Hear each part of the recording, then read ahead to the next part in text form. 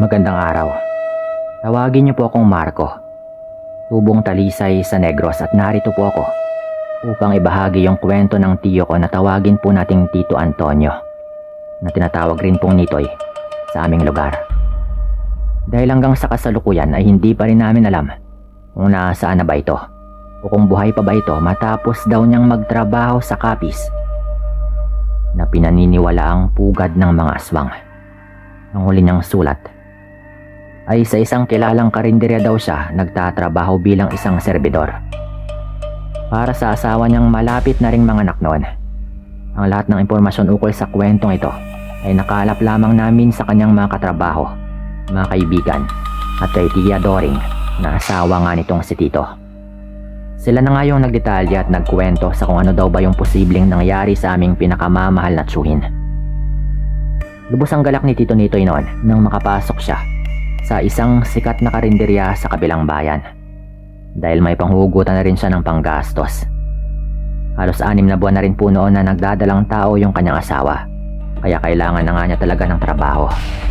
Ayon pa sa mga nakausap namin noon, ay yung karinderya daw na pinagtatrabahuhan niya ay pinagmamayarian ng isang mayamang pamilya. Serbidor nga siya doon. At kung gabi naman ay tagahugas rin siya ng pinggan. Si Linda, yung anak ng mayari ng naturang kainan, ang siyang tumatayong amo ni Tito at nagbibigay ng utos sa kanya o kung anumang mga dapat na gawin. Nitoy, hindi ka pwedeng umuwi hanggang hindi pa natatapos yung trabaho mo. Wika pa raw nito. At tumatango lang daw lagi si Tito Nitoy kapag inuutusan siya ng ganon. Nang magsimula na nga si Tito Nitoy sa trabaho, tinambakan agad siya ng mga gawain. Lalo na nga yung sandamukal na mga pinggan na kanyang hinuhugasan. Palibasa ay marami raw talagang kumakain doon. Ayon pa nga sa ilan niyang makasama, galing pa daw sa kabilang bayan yung karamihan sa mga kumakain doon. Dahil bukod sa mura, masarap naman daw yung mga luto. Siya lang yung mag-isang naghuhugas ng mga plato ng panahon yon. Dahil yung lalaking pinalitan daw ni Tito ay natagpuang wala ng buhay at wakwak na raw yung tiyan. Nagkalat pa daw yung mga lamang loob nito sa lupa habang tuyo na nga yung katawan.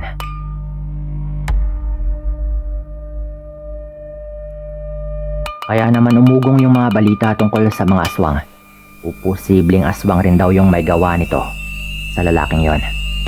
Ayon pa nga sa mga sulat ni Tito noon, noong unang mga linggo daw nito ng pamamalagi sa kanyang trabaho ay okay naman daw yung pakikisama ni Linda. Ngunit nang medyo naglaon ay nakikita na rin daw niya ang kagaspangan ng ugali ng babae niyang amo. Lagi niya raw itong naririnig na pinagmumura yung kabilang itiri. At dahil palaban rin yung may-ari ng kainang yon, ay nanlalaban rin daw ito. Kaya kung minsan daw ay nagpapang-abot sila sa mismong kalsada. Mabuti na lang at namamagitan naman yung ilang mga tanod at mga tambay. Kaya naman napapahupa naman yung kanilang gulo. Pero makalipas lamang yung 2 araw noon, umugong ng patay na raw yung babaeng nakaengkwentro ng amo niyang babae pagkatapos nga nilang magpang-abot ni Linda. At natagpuan daw ito sa isang malapit na bakanting lote ng mga batang naglalaro at napag-alaman sa investigasyon ng mga pulis na nagdadalang tao rin daw pala ito. Tulad ng sinapit ng dating serbidor nila, ay wakwak rin daw yung tiyan ng babaeng yon, na talagang parang may pagkakapareho yung kanilang mga sinapit. Unang pinagbibintangan siyempre yung amo ni Tito, na baka may kinalaman nga ito sa pagpatay ngunit negatibo yung lumabas na investigasyon. At napatunayang wala naman itong kinalaman sa pagkamatay ng babaeng yon. Kaya naman muli na namang nabuhay yung kwento tungkol sa mga nilalang ng dilim. Kaya naman nag-alala nga itong si Tito dahil buntis rin nga yung kanyang asawa. Kaya maaga na siyang umuwi sa kanilang bahay noon at hindi na rin nagpapaabot ng gabi sa daan. Habang kumakain sila ng hapunan ay hindi nila maiwasang mapag-usapan yung tungkol sa mga sinasabing aswang doon sa bayan at pag-atake nila sa mga kawawang mga tao. Lalo pang naging balitong si Tia Doring nang marinig nga yung tungkol sa sinabi ni Tito na yung taong pinalitan niya sa trabaho ay kapareho rin ng ikinamatay ng babaeng nakaalitan ng kanyang amo. Wakwak rin yung tiyan at kulang yung mga lamang loob. Kaya naman nag-alala nga itong si Tita para sa kaligtasan ni Tito Nitoy. Pero pinaalalahanan din siya ni Tito na maging siya ay mag-ingat rin palagi. Huwag kang mag-alala, Toy. Yung pinsan kong si Pamela ay dito ko na muna patutuloyin para meron akong kasama kapag wala ka pa. Saad nito kay Tito habang yakap nga yung pinakamamahal na asawa. Kinabukasan, pagpasok ni Tito sa trabaho, napansin niyang may isang sasakyan sa may tapat ng kainan. At nagtaka rin siya kung bakit napakaraming kalamansi ang ibinaba mula roon. At tila ba banye-banyera yung dami nito. Kaya naman bumalik sa kanyang alaala yung tungkol sa mga sabi-sabi ng matatanda noon na mabisa daw itong panlaban sa mga aswang. Kaya naman nakaramdam ng kaligtasan si Tito at nakangiti itong naglakad na papasok sa kainan. Kinagabihan habang naglalakad ng mag-isa si Tito, papauwi na nga sa kanilang bahay. Napadaan ito sa kakumpetensya nilang karinderya na pagmamay-ari ng mga Aguilar at may isang partikular na lalaki doon ang nakatitig sa kanya na para bang may mga ibig sabihin at tila ba may nagawa siyang kasalanan na hindi niya alam. Dahil doon, nakaramdam ng kakaiba si Tito, kaya naman mabilis na lang siyang naglakad pa uwi. Nang makalayo na nga siya, ay may kung anong nagudyok sa kanya na muling lumingon sa likuran. At halos mangilabot daw siya dahil nakatanaw pa rin sa kanya yung lalaking yon habang nalilisik yung mga mata. Agad na tinahak ni Tito yung daan at lumiko nga siya sa isang kalye upang makaiwas sa lalaking yon. Nang halos 2 kilometro na lang daw yung lalakarin ni Tito, may kung anong ingay siyang narinig. Kaya naman huminto siya at sinubukang hanapin kung ano nga ba ito. At nung medyo naiintindihan na nga niya, ay dito rin siya nakarinig ng sigaw ng babae at lalaki. Base nga sa pagkakadinig niya ay tila ba may nangangailangan ng tulong. Agad niyang tinunton yung kinaroroonan ng kanyang naririnig hanggang sa makarating nga siya sa may likod ng isang matabang puno ng akasya. At doon ay naaninag niya ang ilang mga anino ng kung sino. At naririnig rin niya yung panaghoy ng 2 taong nahihirapan. Sumilip siya ng bahagya upang alamin kung ano nga bang nangyari. Kahit na may kadiliman, ay naaninag pa rin niya yung 2 taong nakaupo sa lupa at nagmamakaawa para sa kanilang buhay. At sa harap nila, ay parang 3 lalaki na hindi nga niya makita yung mga itsura. Pakiusap, huwag niyo kaming gagalawin. Pagmamakaawa pa raw ng lalaki. At lalong nagka-interes doon si Tito na sumilip pa. Halos manluwa daw yung mata ni Tito nang biglang nawala yung isa sa 3 taong nakatayo doon. At bigla na lang daw itong napunta doon sa harap nung lalaking na nagmamakaawa at dalian daw itong sinakal. Na nagpapatunay na mabilis raw kung kumilos yung lalaki. Dito ay napansin rin niya na tila ba kakaiba yung wangis at anyo ng mga nilalang na yon. Kaya't napatakip nga siya ng bibig. At hindi makapaniwala sa kanyang mga nasaksihan. Aswang yung lalaking yon. Wika pa raw niya sa kanyang sarili. Kaya naman mabilis na kumilos si Tito upang umalis na nga sana sa lugar. Alam kasi niya na wala siyang maitutulong sa mga taong nangangailangan ng tulong. Sa pagmamadali niya sa pag-alis ay nakagawa nga siya ng ingay noon. Kaya naman sabay-sabay na napalingon sa kinaroroonan niya yung mga nilalang. Ganon din yung lalaki at babae na nagmamakaawa nga noon. Pero hindi nga nag-aksaya pa ng panahon noon yung tsuhin ko. At dali-dali na raw itong tumakbo papalayo. At nang makampante na siya ay binagala na nga niya yung kanyang pagtakbo. At muli siyang lumingon. Ngunit nanlambot yung magkabilang tuhod niya nang makita yung isang nilalang na ang ulo raw ay parang sa isang hayop. Maitim daw ito. At grabe raw yung titig sa kanya na talagang nagbigay sa kanya ng kilabot. Dahan-dahang dumampot ng 2 malaking bato si Tito noon. At mabilis raw niya itong ibinato sa nilalang na tinamaan naman daw niya sa may ulo. Dahil na rin sa lakas ng pagbato nito ay parang nahilo raw yung nilalang at natumba raw ito sa kanyang kinatatayuan. Dahil talagang malakas rin daw yung pagkakabato niya at sa ulo pa nga tinamaan. Agad na tinipon ni Tito yung lahat ng kanyang lakas sa kanyang mga tuhod at nagmadali na siyang tumakbo papauwi ng kanilang bahay habang parang iniinda pa ng nilalang yung pagkakabato nito sa ulo. Nanginginig pa yung tsuhin ko noon nang makapasok sa loob ng kanilang bahay. Habang nag-aalala naman siyang tinanong ni Tita Doring kung napano nga siya at kung bakit ganon nga yung kanyang mga kinilos. Nangilabot naman si Tita Doring noon nang ikwento nga ni Tito yung tungkol sa mga nakita niya na mga nilalang at 2 taong bihag nito. Awa ang naramdaman nilang mag-asawa nung gabing yon at ipinagpasa Diyos na lamang yung kaligtasan ng dalawa na marahil ay biniktima na nga. Kinaumagahan ng Sabado, biglaan yung pag-uwi ni Tito Nitoy noon sa bahay ng aming lolo at lola sa Talisay. Kasama nito si tita at doon nga iniwan niya muna ito upang doon na muna siya manirahan hanggang sa mga anak. Natatakot daw siya sa sitwasyon na baka makuha ng mga aswang yung kanilang unang anak o di kaya ay mapatay si tita. Na ayaw namang mangyari ni Tito. Mas napapanatag daw siya kung doon na muna sila tita at makakapagtrabaho rin siya ng maayos at hindi na nga kailangang alalahanin yung kanyang asawa. Nung linggo naman ay umuwi nga siya ulit sa Capiz noon upang muling pumasok pagdating ng Lunes. Gaya nga ng inaasahan ni Tito Nitoy, base sa mga sulat niyang ipinapadala kay tita ay nakita na raw ng mga otoridad yung bangkay ng 2 taong biktima ng aswang. At naroon din daw siya nung mga panahong natagpuan ito dahil nadaanan niya ito nung papasok siya sa trabaho. Pareho daw yung ikinamatay ng mga ito at pareho ring wakwak yung kanilang mga tiyan.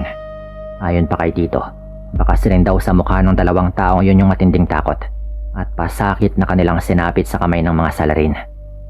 Lalo na nga yung babaeng buntis ng 5 buwan. Buntis raw pala yung babaeng yon at napailing na lang daw si Tito nang marinig yung paliwanag ng isang pulis ukol sa pagpatay. Maaring adik daw yung may gawa at pinapareha lamang daw sa mga aswang yung taktika ng pagpatay upang marami yung matakot at hindi na nga mag-imbestiga. Adik?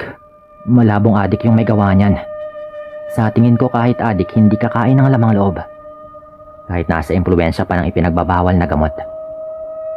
Sad rin daw ng isang matandang lalaki na naroon din nakikiosyoso. Nang mapatingin nga si Tito Nitoy sa relo na kanyang suot, ay nakita niyang malapit na siyang malate sa kanyang trabaho at iniwan na nga niya yung mga ito at nagdali-dali na niyang tinahak yung daan papasok ng kanyang trabaho. At habang nagtatrabaho nga, ay tungkol sa mga aswangan daw yung balita at nababanggit rin doon yung tungkol sa mag-asawang na biktima umano ng aswang. Habang nagkukwento yung isang lalaki ay marinitong pinakikinggan ni Tito upang makakuha siya ng mga ideya kung ano nga bang gagawin kung sakaling makaharap siya ng isang tunay na aswang. At dito ay muling nabanggit yung tungkol sa kalamansi. Ayon daw sa nagsasalita, kapag may laman daw na kalamansi yung bulsa mo, ay hindi daw malalapitan ng nilalang. Dahil napapaso raw yung mga ito kung sakaling magtangka silang salakayin ka. Kaya naman bago umuwi si Tito, ay kumuha muna siya ng isang dakot ng kalamansi at kanya nga itong nilagay sa kanyang bulsa. Sa loob ng ilang araw na pagdadala ng kalamansi, inakala ni Tito na hindi na siya muling bubulabugin ng aswang.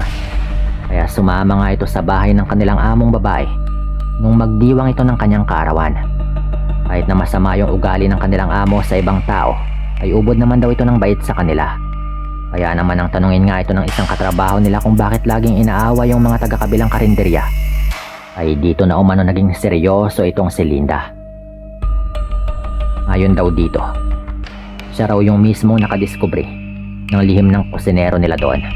Nakilala nga nila Tito sa pangalang Pipoy. Isa raw pala yung aswang na nananalasa sa kanilang lugar. Minsan daw nitong binalak na yung gawin nitong si Linda sa pamamagitan ng paglalagay ng laway na patago sa isa nga sa mga ulam na kakainin daw nila. Pero aksidente daw niya itong nalagyan ng kalamansi. At doon nga raw niya natuklasan na merong inilagay yung aswang doon sa kanyang pagkain. At nung isinangguni daw nila sa isang albularyo, ay doon kinumpirma nito na aswang daw yung may gawa nun. At nagtugma daw yung description sa lalaki sa kabilang karinderya ng ilarawan nga ng albularyo. Kaya lagi raw niya itong inaaway at pinagmumura. Kaya madalas raw siyang bumili ng kalamansi sa palengke. At hanggang pwede daw haluan yung kanilang mga luto ng kalamansi ay nilalagyan daw niya kahit papano upang makasiguro na walang kung anong halo yung kanilang mga niluluto dahil wala na raw siyang tiwala sa kahit sino. Bandang 12:00 na daw ng gabi nung nagdesisyon nga itong si Tito na umuwi na sa kanyang bahay na tinutuluyan. Habang naglalakad daw ito kasama yung dalawa pang katrabaho, ay parang may bigla raw na umihip na malakas na hangin na kanila namang pinagtaka kung bakit. Pero dahil wala naman silang makitang dahilan, ay nagpatuloy pa rin daw sila sa kanilang paglalakad. Hanggang nagulat na lang daw sila nung biglang umihip yung malakas na hangin at naramdaman daw ni Tito na parang merong biglang dumakma sa kanyang balikat. Isa daw itong malaking ibon na may napakaitim ng mga balahibo sa kanyang buong katawan. Nagtaka rin daw sila noon kung bakit yung tsuhin ko talaga yung pinupuntirya nito. Doon na nga nila nalaman na inaatake sila ng isang aswang. Pilit daw nitong sinusubukang dagitin yung tsuhin ko noon, na parang nais na nga niya itong iangat sa lupa. Ngunit nahirapan daw ito dahil pinagbabato rin daw yon ng kanyang mga kasama. Umaangil raw yon ayon kay Tito, pero tinulungan daw siya ng kanyang kasama upang hindi nga siya madagit nun. Pero ayon nga sa kanyang mga katrabaho, nagdagumpay raw yung aswang na yon na dagitin yung tsuhin ko.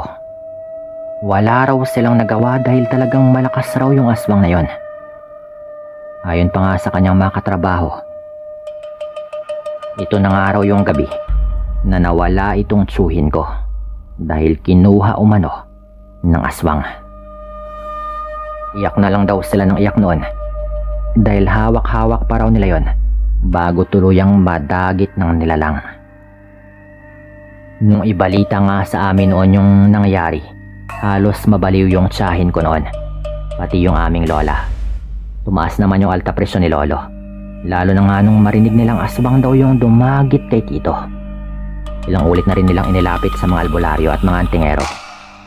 Ngunit iisa rin lang yung sinasabi ng mga ito: patay na raw yung tsuhin ko at wala na raw silang magagawa roon. Yun lang po yung aming alam sa lahat ng mga impormasyong aming nakalap. Ayon pa sa albularyo, na biktima na raw ito. Kaya wala raw kaming magagawa kundi tanggapin na lamang yon. Siyempre nahirapan po si Tita, pati na rin si Lola at Lolo. Pero ano nga namang magagawa nila? Siyempre nireport na rin po nila ito. Pero wala na rin pong nangyari doon. Yun po yung masaklap na sinapit ng tsuhin ko, na pinaniniwalaan pa rin po namin hanggang ngayon na totoong aswang nga yung may gawa. Dito ko na rin tatapusin yung kwentong ito.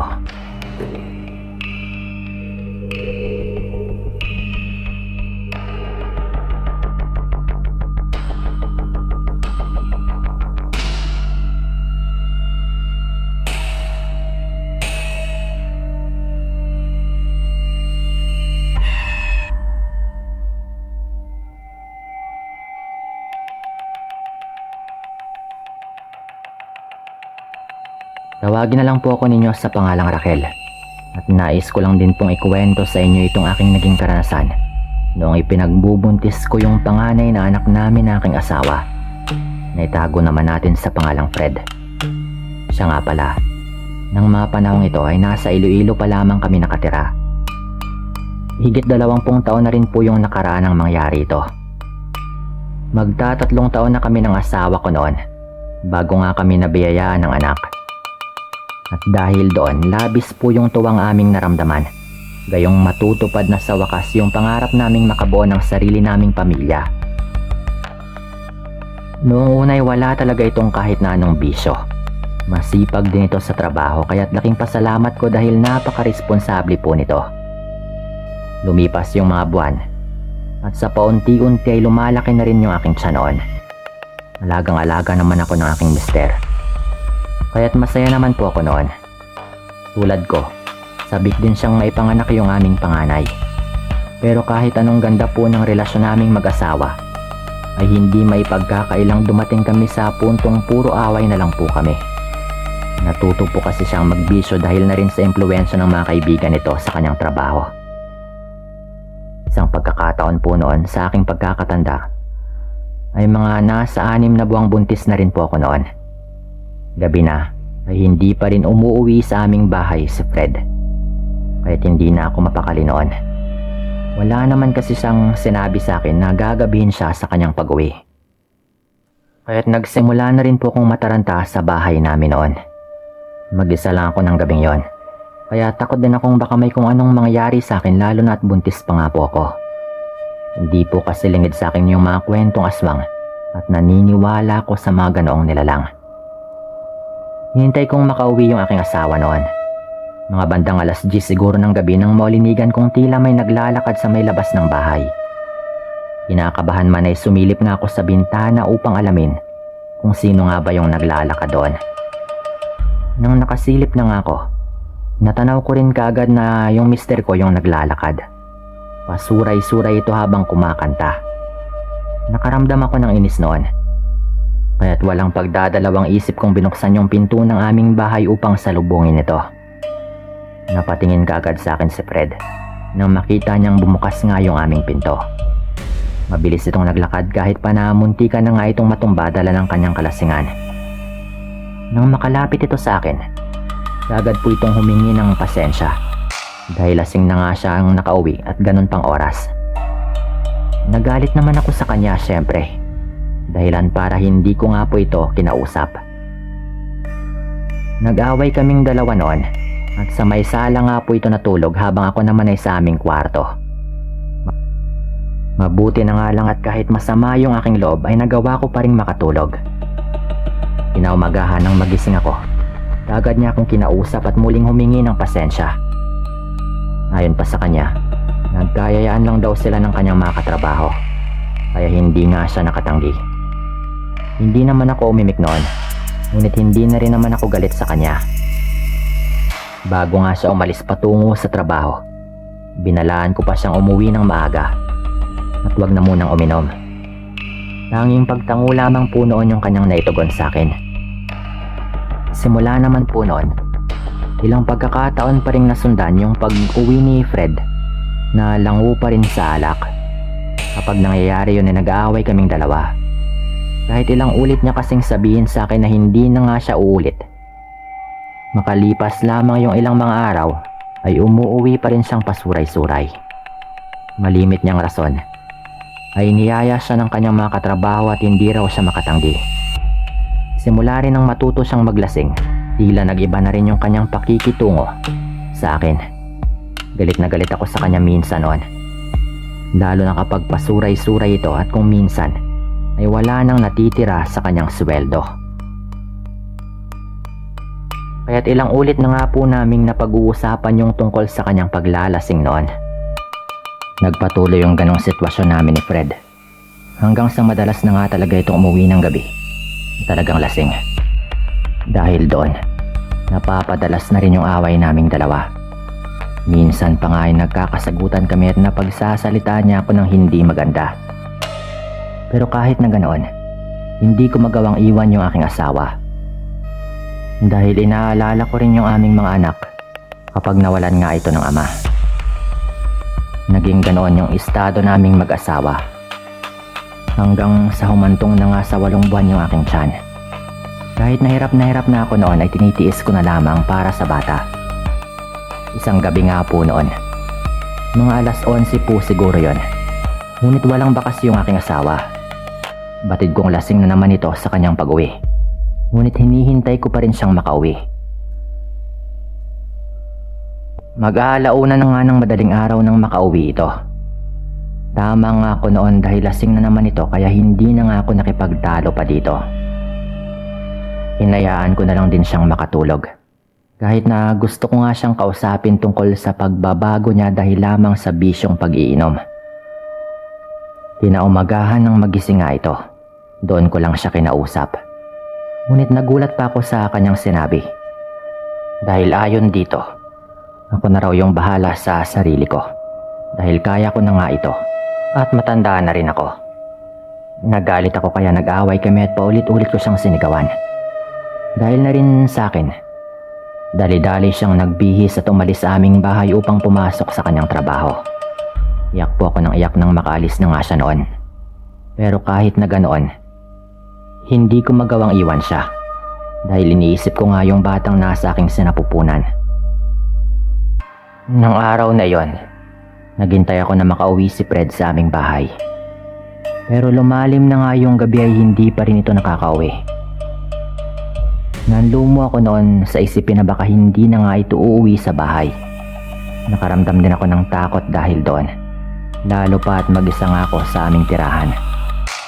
Hindi ko alam kung anong pumasok sa isipan ko noon. Nagpasya nga akong lumabas sa aming bahay. Siya nga pala, hindi po kami sa bukiring bahagi nakatira. Malapit po kami sa dagat. Kaya't kapag meron akong problema, kung minsan ay naglalakad-lakad ako sa may dalampasigan. Lalo na nga at madalas rin po kaming mag-away ng asawa ko noon. Dahil wala pa rin nga ito ng sandaling yon, nagdesisyon nga akong tumungo na muna sa may dalampasigan. Masama yung loob ko noon sa aking asawa. Kaya't nais kong bigyan ng oras na makapag-isip yung aking sarili. Takot man, ngunit nang ibabaw sa akin yung kagustuhan na mapag-isa habang nakatanaw sa malapad na karagatan. Batid kong madilim yung paligid ngunit maliwanag naman yung buwan. Kaya kahit papano ay may liwanag naman po. Kumuha na lamang ako noon ng sombrero at debateryang flashlight. At saka nga ako lumabas ng bahay. Naglakad ako patungo sa may dalampasigan ng mag-isa. Walang katao-tao sa paligid. Gayong bukod sa magkakalayo pa nga yung mga kabahayan noon, tulog na rin yung mga tao sa aming baryo. Bago pa man tuluyang makalayo sa aming bahay, nakasalubong ko yung aking asawa. Ay tama po ito ng alak at nang makita ko nitong naglalakad ng mag-isa.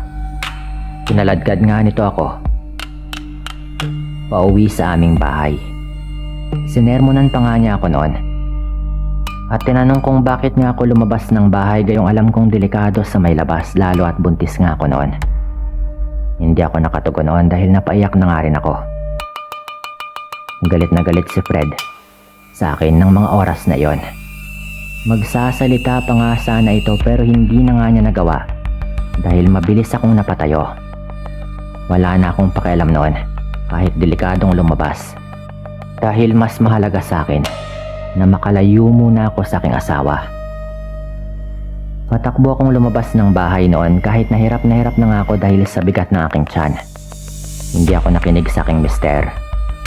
Kahit pa na paulit-ulit itong sumisigaw na bumalik na ako sa bahay. Napagulgol na lang po ako noon habang naglalakad patungo sa may dalampasigan. Hindi ko na naisip na delikado na nga ng mga sandaling yon. Dahil nilamon na rin ako ng galit sa aking asawa. Nagpatuloy ako sa aking paglalakad hanggang sa nakarating na nga ako sa may dalampasigan. Hindi ko na nga napigilan yung sarili ko noon. At napasigaw na nga ako dahil sa sobrang bigat na aking nararamdaman. Ganon nga yung sitwasyon nang maulinigan kong tila may papalapit sa aking direksyon. Inakala kong yung asawa ko na nga po yun, kaya't hindi na nga ako nag-isip ng iba pang bagay. Hindi na ako umalis sa aking kinatatayuan at hinintay na lamang na makalapit sa akin yung asawa ko. Yun nga lang, ilang minuto na nga yung nakalilipas ay wala pa ring Fred na lumapit sa akin. Nawala rin yung mga pagyabag na aking naririnig at bigla nga akong nakaramdam ng kakaibang takot. At sa hindi ko inaasahan, pinanindigan ako ng balahibo sa aking katawan dahil doon. Sinubukan ko namang magpalinga-linga upang alamin kung baka nasa malapit lang nga yung aking asawa. Ngunit gano'n na lang yung gulat ko dahil wala naman akong nakitang tao. Mag-isa lang ako noon. Kaya't nagtaka na nga ako kung kaninong yabag yung aking narinig. Nagpalinga-linga pa ulit ako hanggang sa makarinig nga ako ng paghango sa aking likuran. Nanigas ako ng mga sandaling yon at binalot ng takot yung aking katawan. Kakaiba yung paghangos na yon at sa isip ko ay baka may kung anong nilalang doon. Takot man noon ay pinilit kong makalingon. At nang makalingon ako, nanlaki yung aking mga mata dahil merong nakatayo sa madilim na bahagi na hindi kalayuan sa akin. May nakita akong dalawang mapupulang mga bagay. Kaya't bahagya nga akong napatras patungo doon sa may dagat. Utal akong sumigaw noon at hinamon ko yung nilalang na nagtatago sa dilim. Hindi naman ako nabigo ng magpakita ito. Napanganga pa nga ako noon at labis na natakot dahil isang mabalahibong nilalang ang tumambad sa akin. Nakangiti ito kaya kitang-kita ko yung mga pangil nito. Noon din, napagtanto ko na mga mata pala nito yung mapupulang bagay na nakita ko sa dilim. Muli akong napatras hanggang sa naabot na nga ng tubig dagat yung aking mga paa. Gumalaw yung mabalahibong nilalang papalapit sa akin. Kaya hindi na nga ako nagdalawang isip na umatras pa sa tubig dagat. Umabot na rin sa hita ko noon yung tubig. Ngunit wala akong pakialam. Natigil din noon yung mabalahibong nilalang. At napatingin lang po ito sa akin. Walang ano-ano. Napahagikik po ito habang napapasinghap sa hangin. Batid kong inaamoy nito yung batang nasa aking sinapupunan. Kaya't ganoon na lang din yung paglalaway nito. Naalala ko yung sabi sa akin ng aking ina na takot nga yung mga ito sa tubig dagat. Kaya't meron nga akong naisip na gawin. Hindi na ako nagatubiling lumusong noon sa tubig hanggang sa mabasa na nga yung aking buong katawan. Dahil sa ginawa kong yon, tila nainis nga yung nilalang. Matalim itong nakatingin sa akin habang inilalabas nito ang matutulis niyang mga pangil. Tinapangan ko yung sarili ko noon dahil naisip kong baka hindi ako sundan ng aking asawa. Kaya't kailangan kong mailigtas yung aking sarili mula sa nilalang na yon. Hindi ako umahon noon hanggang sa may narinig akong yabag sa hindi kalayuan. Batid ko yung asawa ko na yon dahil tinatawag nga nito yung aking pangalan. Sa isang iglap naman noon, nawala yung mabalahibong nilalang na aking nakita. Nakaramdam ako ng ginhawa noon lalong-lalo nang makita ko yung asawa ko. At palapit na ito. Pansin kong parang may dala itong buntot ng pagi. Kaya kahit papano ay nabawasan nga yung takot dahil sa nilalang na nakita ko. Tinanong pa ako nito kung bakit nga ako nakalusong sa tubig at hindi ako nagdalawang isip na sabihin sa kanya kung ano nga ba yung nangyari. Napamura na lang yung asawa ko noon sa aking naging kwento at sinabi niyang marahil ay aswang yon at pinuntiryan nito ako dahil mag-isa ko. Humingi din siya ng pasensya sa akin noon. Mabilis niya akong niyayang umuwi sa bahay namin. Tila nawala din bigla yung kanyang kalasingan at habang naglalakad pa uwi, naging mapagmatsyag po ito sa aming paligid lalo na at ramdam daw nitong parang may sumusunod pa rin sa aming dalawa. Hindi ako nito binitawan. Habang patuloy nitong winawasiwas yung buntot ng pagi sa ere para raw malaman ng aswang na nakasunod sa amin na meron kaming dalang pangontra sa kanya.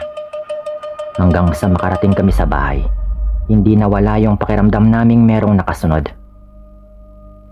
Pinapasok nga po nito ako sa bahay at sinabihang magbanlaw muna at magbihis habang magbabantay muna siya sa paligid. Nang matapos ako ay pumasok rin po ito. Wala na rin pong kakaibang nangyari noon. Kaya't nakasiguro na rin po kaming baka umalis na rin po yung nilalang na yon. Lalo at alam niyang wala na rin siyang magagawa. Simula po nang mangyari yon, nagpunta na rin kami sa albularyo upang magpagawa ng proteksyon. At kahit papano, nakaramdam naman po kami na parang ligtas naman. Pero gabi-gabing nagbabantay noon yung asawa ko. At tumigil na rin po ito sa kanyang paglalasing. At kahit nung nakapanganak na po ako, ay talagang bumalik na po siya sa dati. Kung minsan ay umiinom pa rin, pero talagang bihirang-bihira na lang din po. Binago po siya ng mga nangyari sa amin. Dito ko na rin po tatapusin yung kwentong ito at maraming salamat po.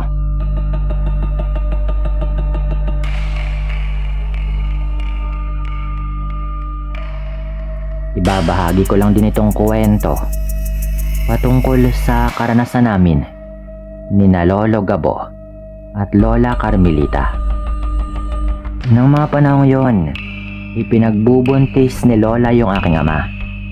Nangyari po ito taong 1976 sa may bandang Maguindanao.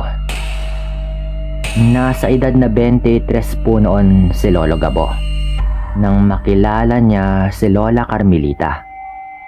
Nagustuhan po nito si Lola, kaya niligawan niya ito. Hindi naman nagtagal at naging magkasintahan nga sila. At makalipas yung humigit kumulang 1 taon nilang relasyon, ay nagpasya na nga yung dalawang magpakasal na hindi naman tinutulan ng kani-kanilang mga magulang. Matapos ngang ikasal ni na lolo at lola, nagpatayo sila ng kanilang sariling bahay sa lupaing niregalo ng ama ni lola. Hindi naman yun kalayuan sa mga pamilya nila, dahil isang sakayan lang naman yung patungo roon. Nang matapos na nga yung bahay nila sa baryong iyon, agad naman silang lumipat. Mangilan-ngilan lamang yung kapitbahay nila sa baryong iyon. Nasa 20 metro lang din yung layo ng mga kabahayan roon sa isa't isa. Kaya kahit papano daw, ay hindi naman ganoon kahirap ang makahingi ng tulong kung sakaling kailangan nila.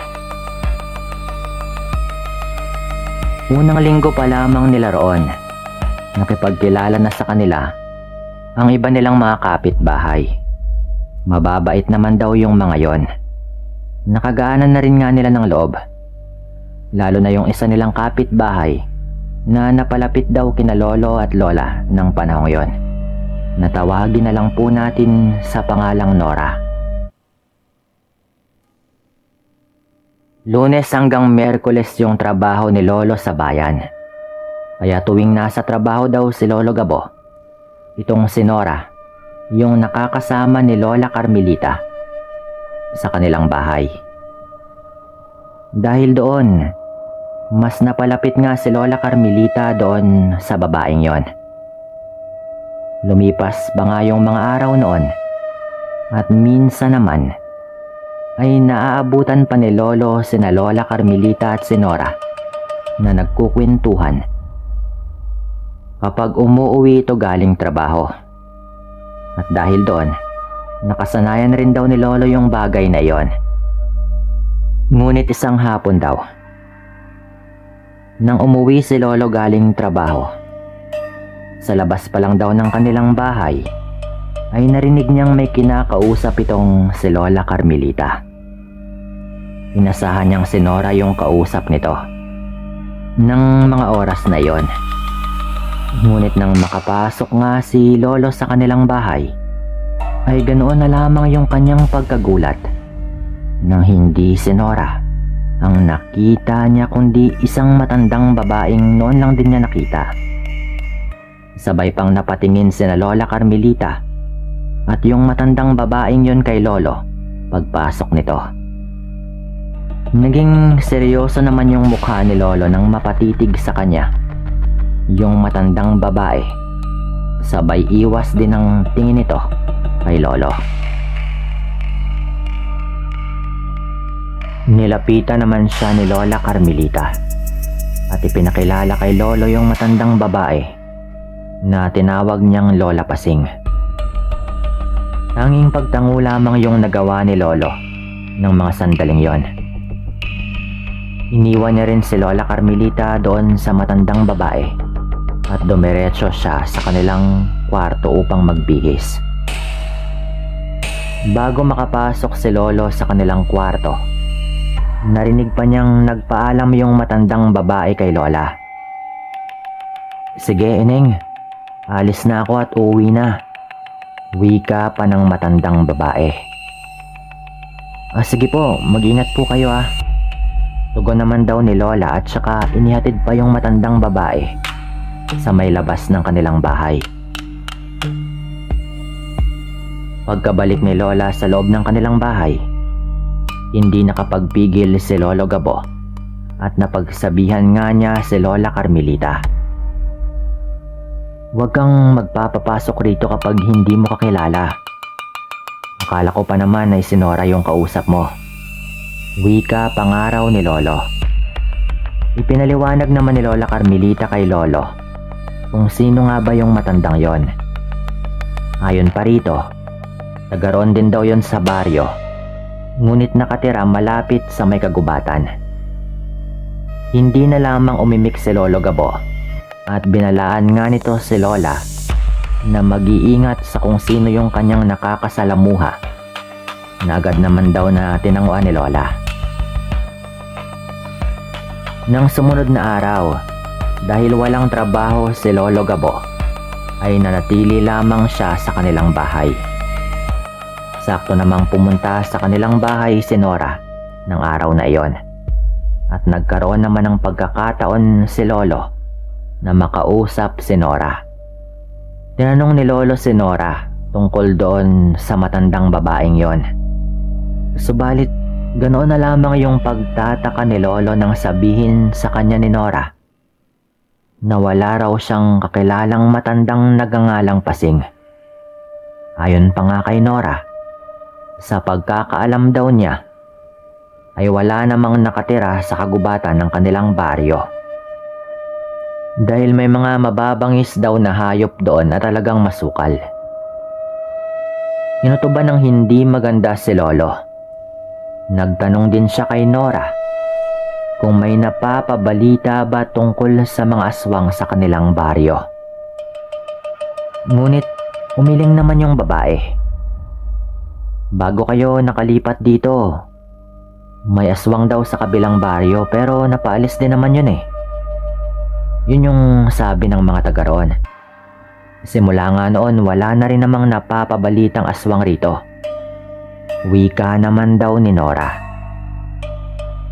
Dahil sa narinig ni Lolo noon, nabahala siya sa isipin na baka aswang nga yung matandang babaeng yon. At dahil doon, pinagsabihan na lamang ni Lolo si Nora na kung maaari ay bantayan nito si Lola sa tuwing wala siya sa kanilang bahay. Napatango naman daw yung babae bilang tugon kay Lolo. Kaya kahit papano, nabawasan naman yung pagkabahala ni Lolo.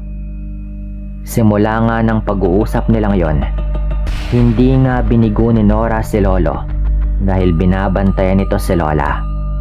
Sinasamahan nito sa tuwing wala si Lolo sa kanilang bahay. Hindi rin daw nakita ni Nora yung matandang babaeng sinabi sa kanya ni Lolo. Kaya kahit siya ay nagtaka na rin kung sino nga ba yung matandang yon. Hanggang sa isang gabi, napatunayan ni Lolo yung kutob niyang aswang nga yung matandang babae. Habang nakahiga kasi siya at pinipilit yung sariling makatulog, nakarinig siya ng ingay sa may labas ng kanilang bahay. Napatingin si Lolo kay Lola Carmelita na noon ay mahimbing na ring natutulog. Dahil hindi makatulog si Lolo ng mga sandaling yon, naisipan niyang tignan kung saan nga ba nagmumula yung ingay na kanyang naririnig. Hindi niya alam kung ano o sino nga ba yung may gawa ng ingay na yon. Ngunit ninais niyang alamin yon. Dahil masama rin yung kanyang kutob na may kakaiba sa paligid nila ng gabing yon. Lalo na at medyo kakaiba raw talaga yung kanyang pakiramdam. Yun bang nararamdaman niya rin na parang may kung anong presensya sa paligid. Nagpasya nga siyang lumabas ng kanilang bahay upang alamin kung saan nga ba nagmumula ang nasabing ingay. Dala-dala ang bateryang flashlight ay lumabas nga siya at nilibot yung paligid ng kanilang bahay. At nang wala siyang makita sa harap ng kanilang bahay, nagpasya siyang tumungo sa may likurang bahagi. Pinakinggan niya ng maigi yung ingay na kanyang naririnig at napagtanto niya na sa likod bahay nga nila yun nagmumula. Dahan-dahan siyang humakbang noon para hindi siya makagawa ng ingay. Habang papalapit siya ng papalapit sa may likod ng kanilang bahay, palakas rin daw ng palakas yung kanyang naririnig na ingay. Bahagya pa siyang napatago at napasilip na lang muna roon. Ganoon na lamang yung gulat niya nang may maaninag siyang tao roon. Ang labis pa nitong ipinagtaka ay kung bakit daw yon nakatuwad. Sigurado rin siyang yung taong yon yung may gawa ng ingay na kanyang naririnig. Sa kadahilan ng yon, hindi nga siya nag-aksaya pa ng panahon at kaagad na inilawan yung kanyang nakitang yon. Pinanindigan siya ng balahibo ng saktong pag-ilaw niya sa taong yon ay nakatingin pala ito sa kanya. Noon din ay napagtanto niyang yun yung matandang babaeng nakausap ni Lola Carmelita. Walang ano-ano, bigla raw na umayos yung pagkakatayo ng matandang babae. Ngunit nakatalikod pa rin daw ito kay Lolo. Halos mabitawan ni Lolo yung hawak niyang ilaw nang umikot ng dahan-dahan at paharap sa kanya yung ulo ng matandang babae habang nakalabas ang mga ngipin nito at talaga namang naglalaway pa. Hindi rin inaasahan ni Lolo na habang ganoon yung sitwasyon ng kanyang ulo ay lalapit yon sa kanya. Kahit takot at nanginginig man ay napatakbo na lang din si Lolo palayo doon sa matandang babae at pumasok nga siya sa kanilang bahay. Inakala ni Lolo na yun na yung pinaka-nakakatakot na kanyang mararanasan sa matandang yon. Ngunit nagkamali siya doon dahil nung nasa loob na siya ng kanilang bahay, agad siyang nagtungo sa kanilang kwarto upang gisingin si Lola na noon ay umuungol. Nagising naman daw si Lola at nagreklamo kay Lolo na masakit yung kanyang tiyan. Napatanong pa nga si Lola sa kanya kung ano nga ba yung kanyang problema dahil namumutla na nga ng mga oras na yon si Lolo. Sinenyasan ni Lolo si Lola na manahimik muna at pinagsabihan ito na nasa labas ng kanilang bahay yung matandang babae. Nangunot nga yung noon ni Lola Carmelita sa sinabing yon ni Lolo. Kaya direktang sinabi ni Lolo Gabu sa kanya na aswang yung matandang babaeng yon. Nasa ganong sitwasyon nga sila nang muling narinig ni Lolo yung ingay ng matandang babae sa may labas ng kanilang bahay. Yan, siya yung may gawa ng ingay na yan, sabi pa raw ni Lolo kay Lola. Nakaramdam na rin ng takot noon si Lola Carmelita dahil sa sinabi sa kanya ni Lolo. At dahil doon, lalong ang nadagdagan yung pananakit ng kanyang tiyan. Subalit tiniis na lamang daw niya iyon. Nasa ganong sitwasyon sila noon nang marinig nila yung magkakasunod na pagkatok sa kanilang pintuan. Narinig din nila yung boses ni Nora. Kaya nagkatinginan nga silang dalawa. Napailing na lamang si Lolo noon dahil nagdadalawang isip raw siya kung si Nora nga ba yung nasa labas ng kanilang bahay. Nilakasan na lang ni Lolo yung kanyang loob at nagpa siyang harapin yung matandang babae na batid niyang nasa labas pa rin ng kanilang bahay. Kumuha ng itak si Lolo at pinagsabihan si Lola na manatili sa loob ng kanilang bahay. Nasa tapat na nga ng pintuan nila si Lolo noon at dahan-dahang binuksan yung kanilang pinto. At pagkabukas nga ng pinto ni Lolo ay wala namang tao roon. Upang siguraduhin na wala na nga yung matandang babae, ay lumabas raw si Lolo ng kanilang bahay. At nung naroroon na nga raw siya, nagpalinga-linga nga siya. Ngunit hindi niya nga nakita yung matandang babae. Maging yung ingay nito ay nawala na rin ng biglaan. Inakala ni Lolo na wala na nga talaga yung matandang babae.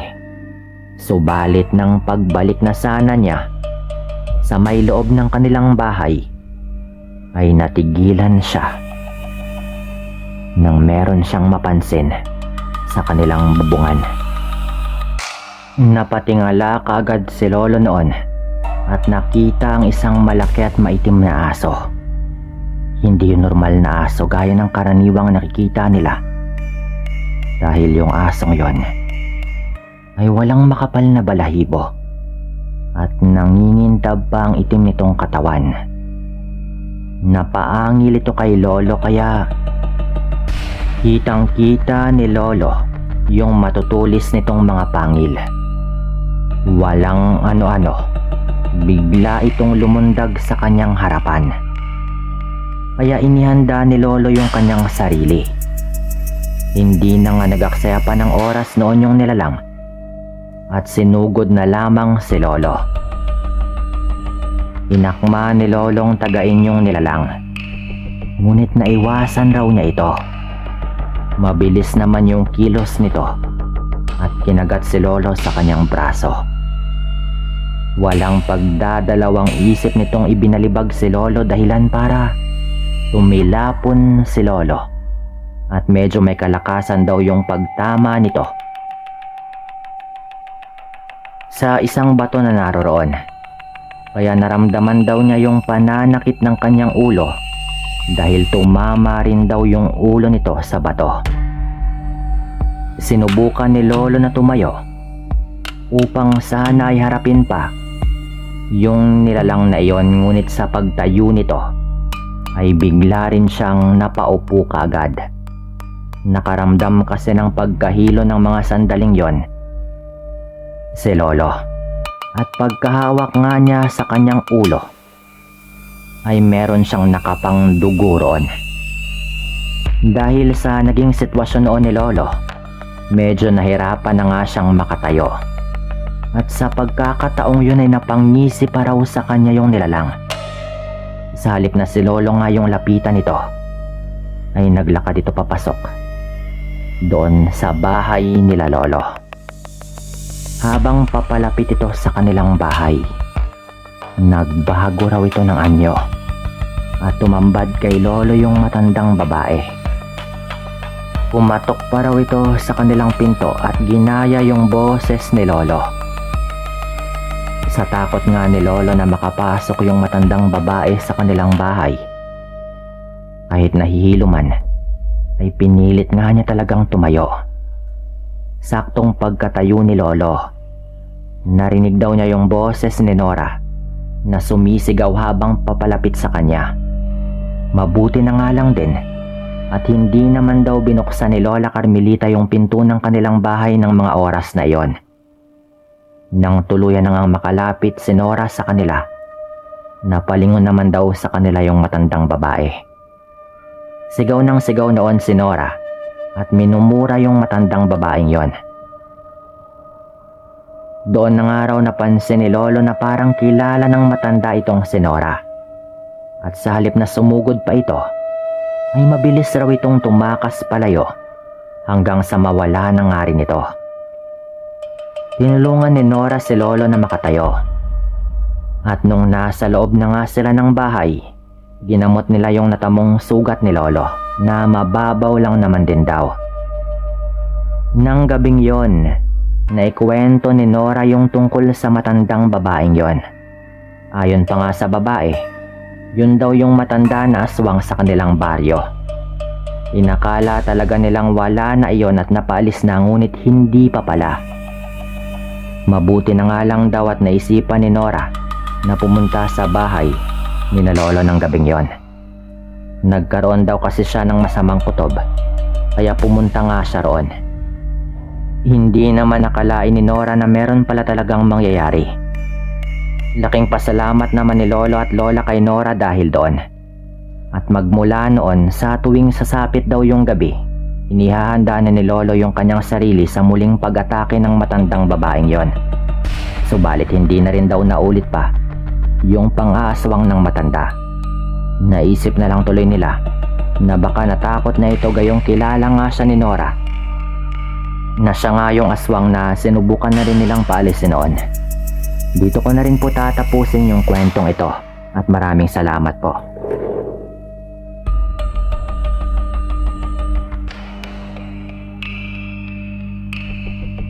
Ako nga po pala si Mario, nakatira dito sa Aklan.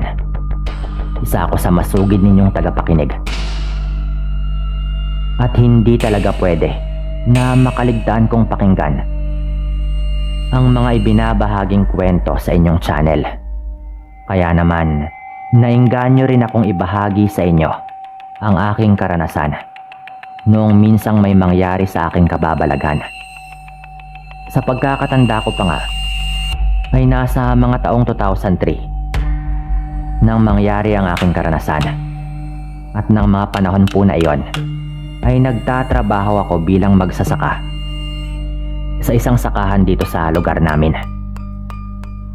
Hindi naman gaanong kaliblib ang lugar na tinitirhan namin. Gawa ng may mangilan-ngilan namang mga taong naninirahan. Subalit halos lahat ng mga naninirahan sa purok namin ay kilala ko. Kung kaya't kapag may ibang mga taong pumasok sa purok namin, talagang alam ko na bagong salta ang mga yon o kaya'y dayo lang. Lalo na kapag hindi pamilyar sa akin yung pagmumukha. Isang araw, habang nagtatrabaho ako, lumapit itong kasamahan kong si Bandoy. Tinanong niya ako kung may gagawin ba umano ako sa linggo. Bakit tol? May pupuntahan ba tayo? Tanong ko pa sa kanya. Dahil kilala ko na ang kanyang pag-uugali at kapag anong klaseng katanungan ang namutawi sa kanyang bibig, malamang sa malamang ay meron siyang importanteng lakad at paniguradong gusto po nito akong isama. Kasi naman tol, yung pinsan kong si Danny, kilala mo naman yun, di ba?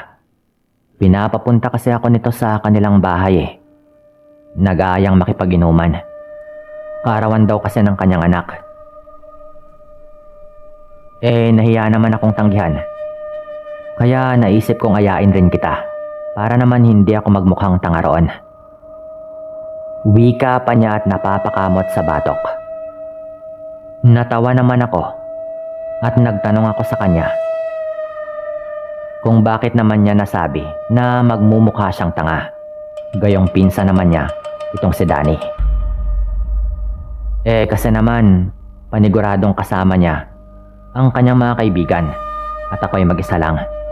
Kaya nahiya ako at baka may tsapwera lang ako. Tugon naman ito na medyo nahihiya pa. Sinabi ko naman sa kanyang walang problema. At kung gusto pa nga nito ay isama rin namin yung isa pa naming kaibigan. Para 3 kaming magkakasamang maglakad pa uwi. Nagpasalamat naman ang kaibigan ko at sinabi niyang aasahan niya umano at hihintayin niya ako sa kanilang bahay para sabay-sabay na kaming dumayo sa Karatig Baryo. Matapos nga naming makapag-usap ay bumalik na rin sa pagtatrabaho ang kaibigan kong si Bandoy. Hanggang sa sumapit na nga rin yung araw ng linggo. Matapos kong makapagbihis, kaagad na akong nagpaalam sa aking ama. Tinanong naman niya ako kung saan ako pupunta at bakit bihis na bihis umano ako.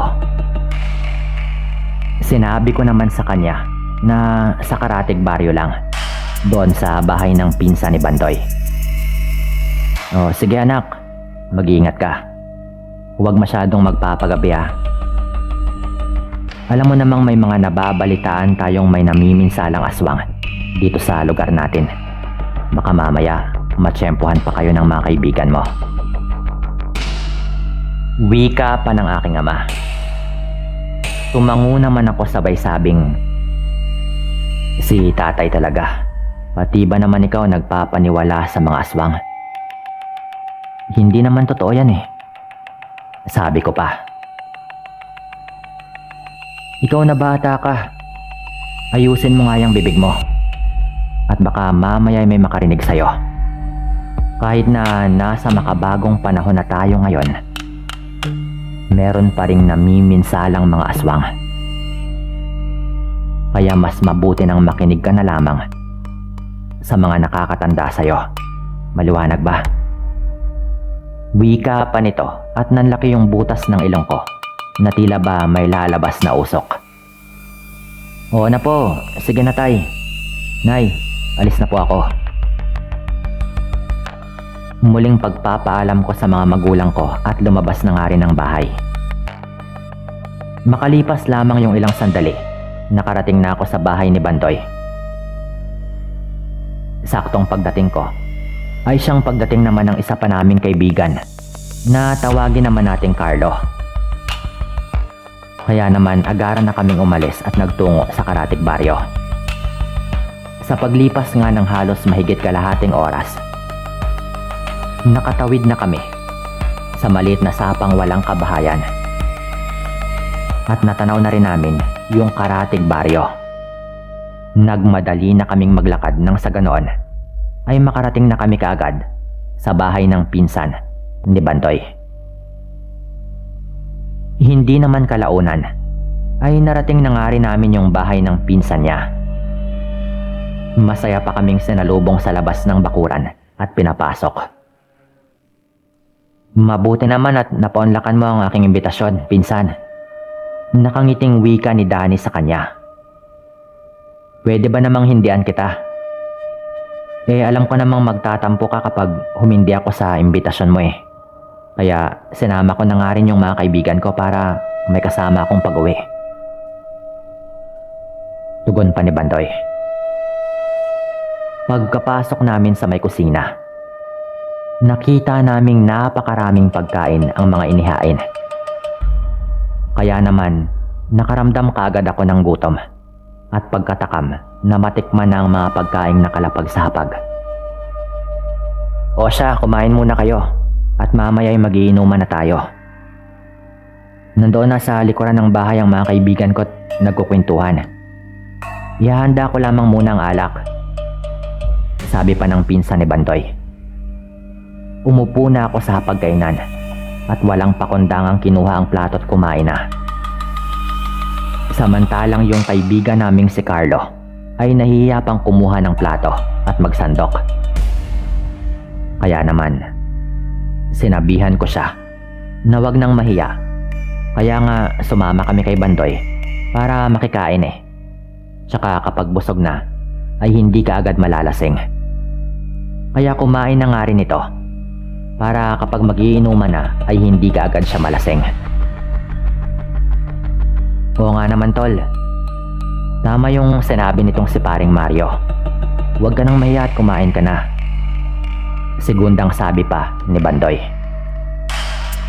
Nang matapos na nga kaming kumain, na busog na ako at halos hindi na nga makatayo sa aking kinauupuan. Paano ba naman? Halos lahat ng putahing nakahain nilantakan ko at wala akong pinalagpas na tikman. Nagpababa lang kami sandali ng kinain at pagkatapos ay pumunta na nga kami sa likuran ng bahay. Dahil ayon sa pinsan ni Bandoy, doon na umano kami magiinuman. Habang naglalakad kami papunta sa maliit na kubo sa likuran ng bahay, nasilayan kong nag-uumpisa na nga na mag-inuman ng mga ito. At nung makarating na nga kami doon, agad na kaming tinagayan. Naging tanggero namin ng kaibigan umano ni Danny na nagngangalang Lito.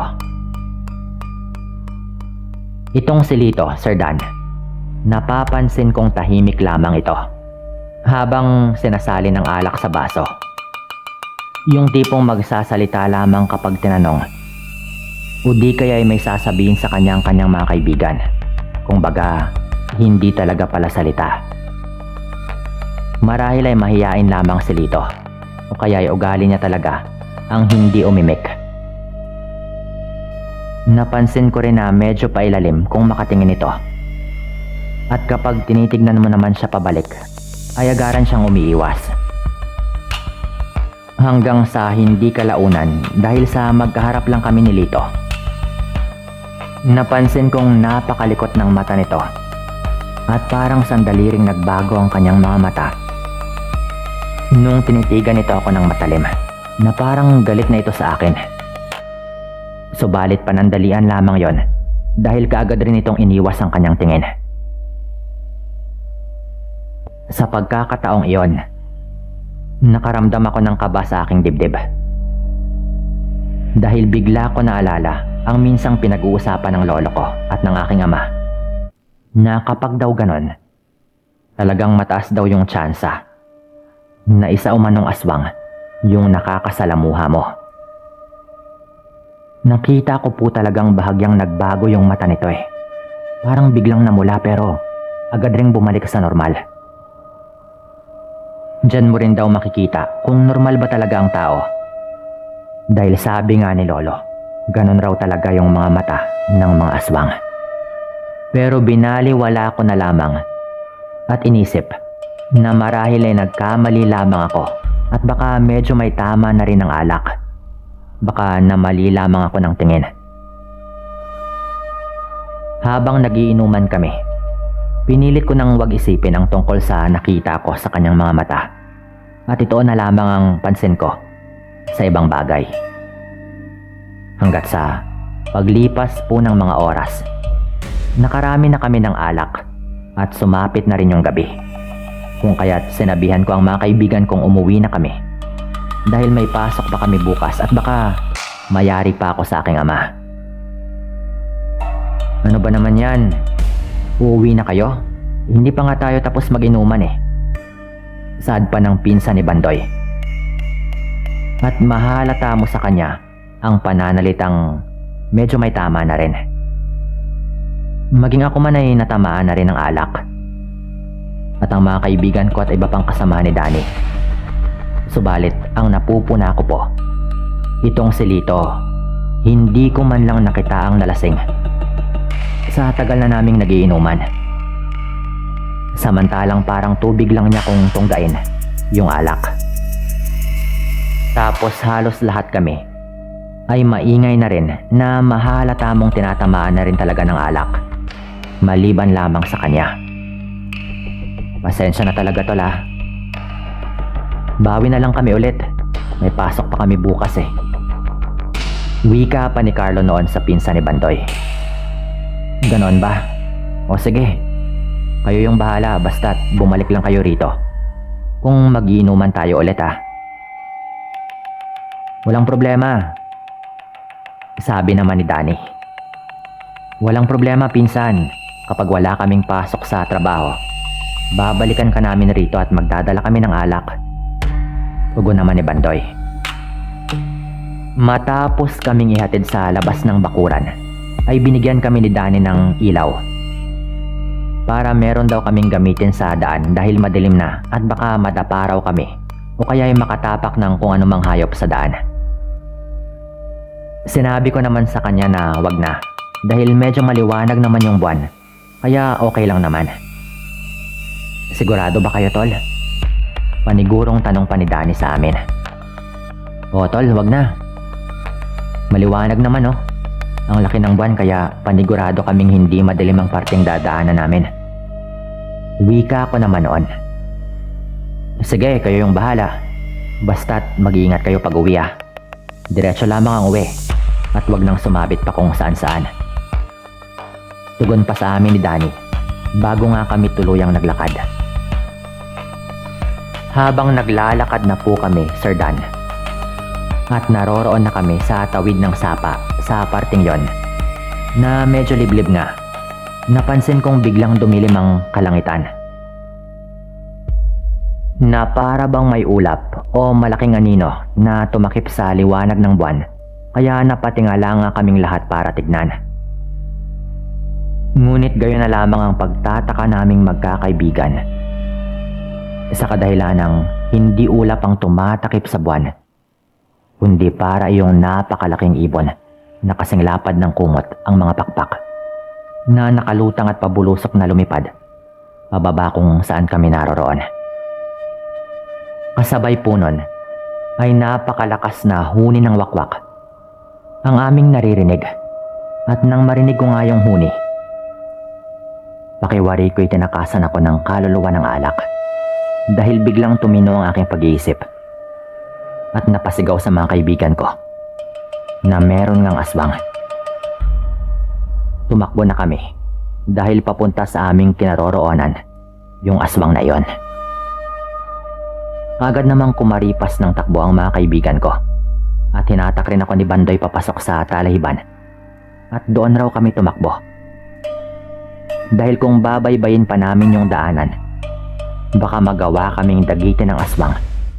Gawa ng walang mga nagtataas ang talahiban ang makakapagbigay ng harang at kapag ganoon ay hindi mahihirapan yung aswang na dagitin kami.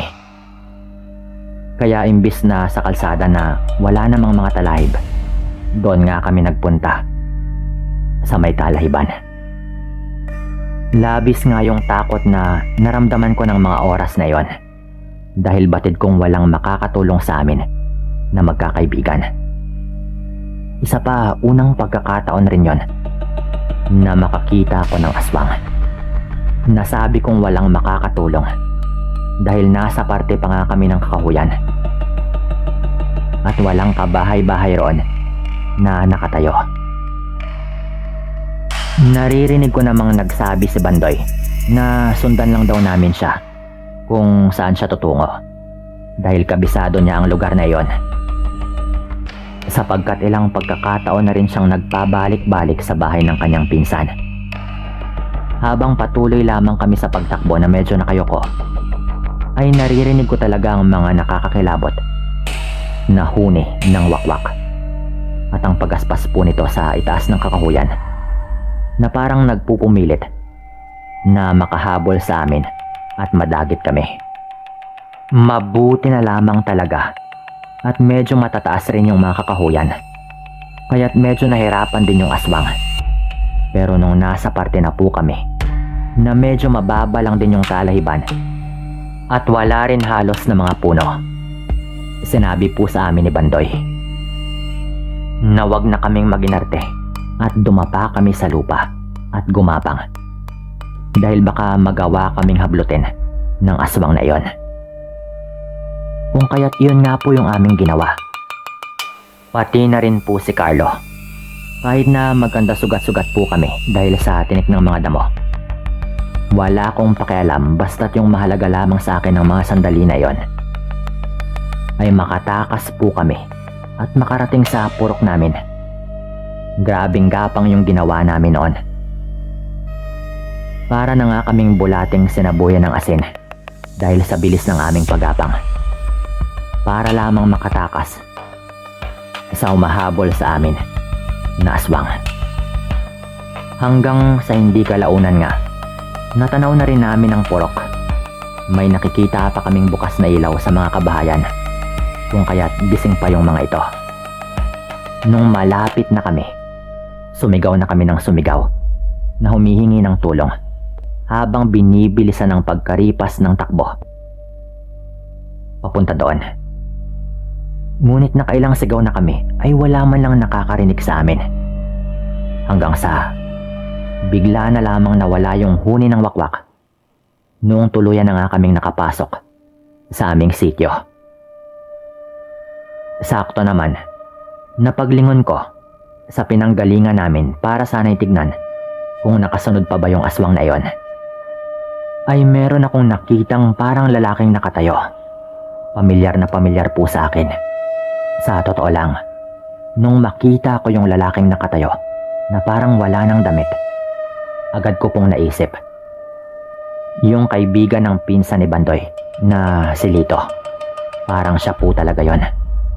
Nakatayo ito habang nagbabaga ang mga matang nakatitig sa amin ng mga kaibigan ko. Kaya naman kinilabutan ako ulit at hinatak ko na yung mga kaibigan kong kumaripas muli ng takbo hanggang makarating na nga kami sa bahay namin. Nung makarating na kami sa bahay at makapasok, ikwinento namin ang buong pangyayari sa aking ama. Matapos kong makwento, sinabi naman ng tatay ko na marahil ay nagalit daw sa akin yung aswang sapagkat panay yung titig ko sa kanya. At alam na rin niya na napansin ko yung pagbabago sa kanyang mata. Yung ginagawa ko daw na iyon parang katumbas na rin daw ng paghahamon para sa kanila na mga aswang. Kaya sinundan nga kami nito sa aming pag-uwi para subukan kaming biktimahin. Simula nung maranasan ko ang pangyayari na iyon, ay hindi na ako muling nagpapaabot pa ng takip silim sa ibang mga lugar kapag dumarayo. At kung sakali mang gagabihin na nga talaga, nagpapahatid na ako sa bahay o kaya ay nakikitulog. Nang sa ganoon, ay hindi ko na muling maranasan pa ang kaganapang minsang hinabol nga ako ng aswang. Sa liblib na daan, hanggang dito na lang at maraming salamat.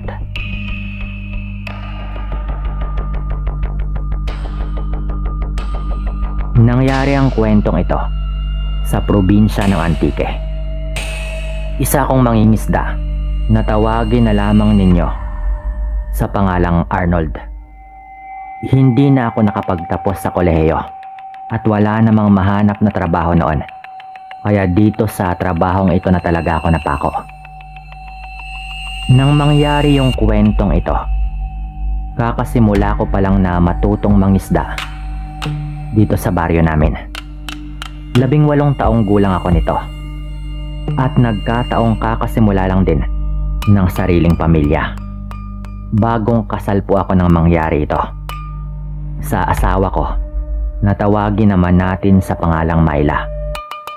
Nabuntis ko po kasi ito, pero mahal ko naman talaga siya kaya pinakasalan ko na rin agad. Mabait itong si Myla at maalaga. Wala akong masabi pa sa kanya. At siya pa rin ang kasama ko hanggang ngayon. Pero kami man ay hindi rin nakaligtas sa mga kwentong kababalaghan. Sa bahay namin, 3 lang kaming magkasama. Yung nanay ko, ako, at si Myla na buntis nga noon. Yung tatay ko kasi noon ay nasa Iloilo at minsan lang makauwi dahil nga sa kanyang trabaho.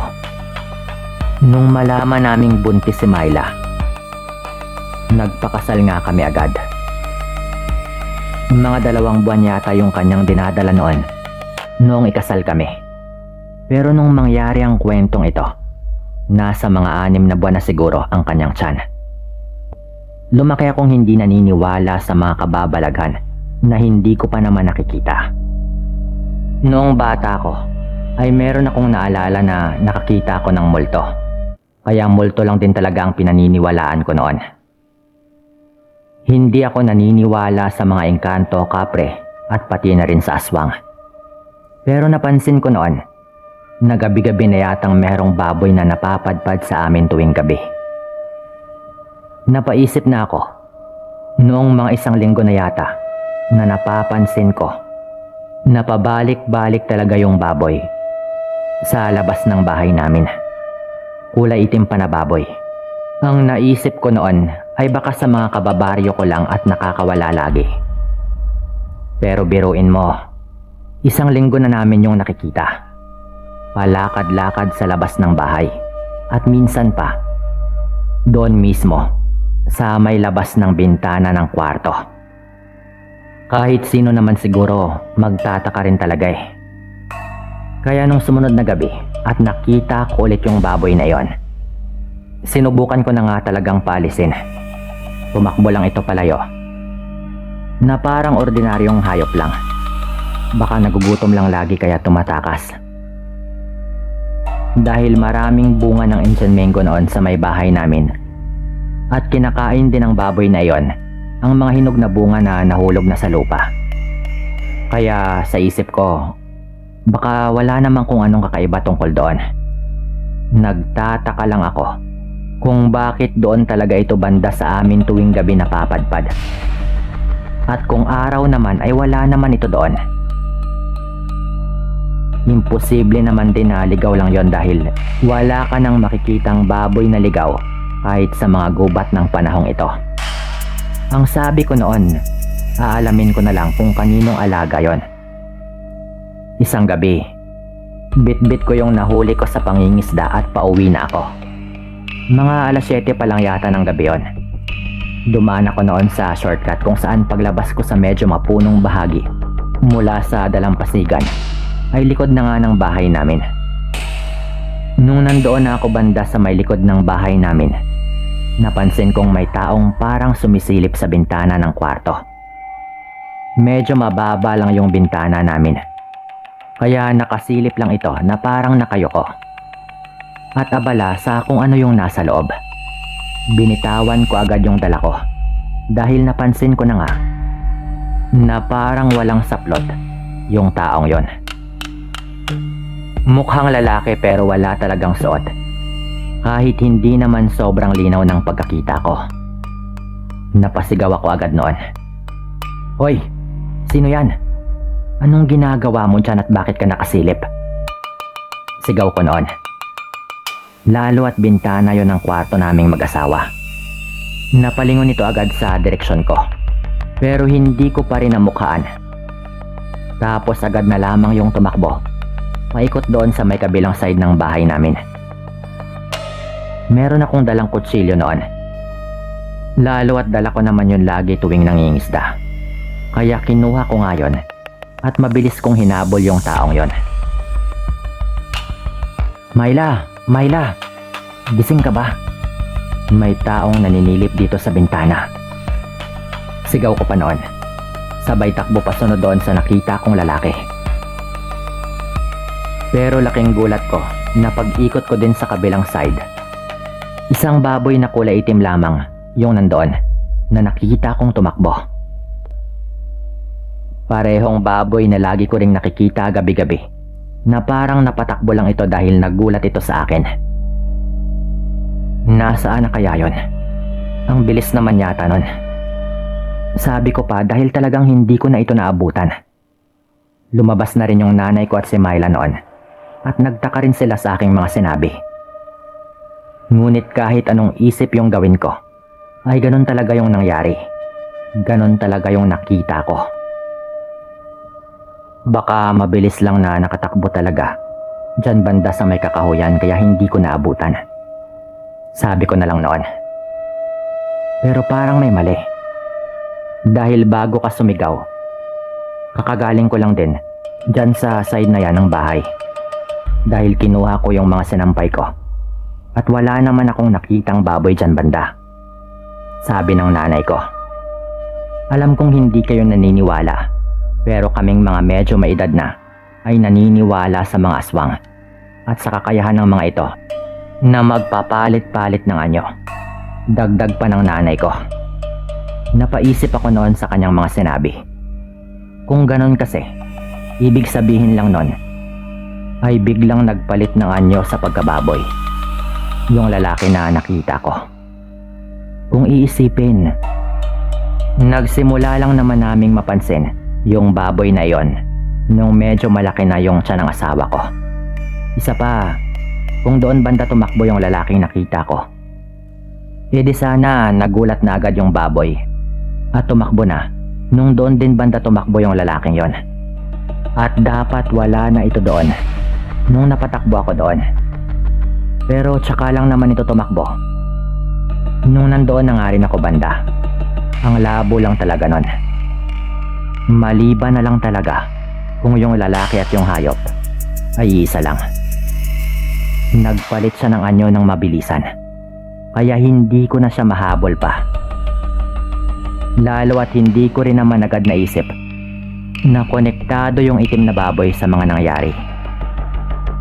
Kinabukasan, sinubukan ko na ring magtanong-tanong sa mga kababaryo kung meron ba silang alagang itim na baboy na ganon nga kalaki sa palagi naming nakikita sa bahay gabi-gabi. Pero wala sa kanilang may mga ganong alaga. Sa mga napagtanungan ko, wala raw talaga. At niwala rin daw silang nakikitang ganong baboy. At baka doon lang din daw talaga banda sa amin ito napapadpad. Ako naman ay nagsisimula ng maniwala na baka meron ngang aswang. Kapag magkakaanak ka na, nagbabago na rin talaga ang mga prioridad mo sa buhay. Kaya naisip ko na rin isang tabi noon ang mga paniniwala ko at gawin ngang priority ang kaligtasan ng aking mag-ina. Sabi ko noon magbabantay ako. Tapos naisip ko nga na marami palang mga alagang aso yung pinsan ko. Yung mga asong kalye na kanyang kinukupkop. At matagal na nga niya akong gustong bigyan. Pumunta ako sa kanila noon para kumuha nga ng isa. Nililinaw ko lamang na hindi ko lang kinuha yung aso para may magbantay lang sa bahay. Ginawa ko rin talaga yon dahil gusto ko rin ng aso at aalagaan ko naman ng maayos. Yun nga, humingi nga ako ng aso at mabilis ko naman yung nakasundo dahil mukhang nagustuhan naman ako ng hayop. At dinala ko nga yun sa bahay namin. Sa unang mga 3 gabi mula nung kumuha ako ng aso, hindi na nagpakita yung baboy na kulay itim. Sa isip ko noon, baka tumigil na siya. Lalo at muntik ko na nga rin siyang mahuli kung hindi lang siya agad nakatakbo. Ito ay kung tama nga yung hinala namin na yung lalaking nakita ko ay nagpalit ng anyo bilang baboy. Pero pagkalipas nga ng mga ilang gabi, nagbalik nga yung kulay itim na baboy. Bandang 9:00 po yon. Tulog na yung mag-ina ko, pati yung nanay ko. Sabado ng gabi ito. Hindi ako pwedeng magkamali dahil nagpaplansya ako ng mga damit noon para sa pagsimba kinabukasan. Plansya pa na diuling yung gamit ko noon. Ako na yung gumawa, lalo at buntis nga yung asawa ko. Abala ako doon nung biglang narinig ko na nag-aangil yung aso namin sa labas. Dali-dali kong nilagay sa sahig yung plansya. Sementado naman kaya ayos lang. Tapos agad nga akong sumilip. At naalerto ako agad nung makita kong nandun na naman yung itim na baboy.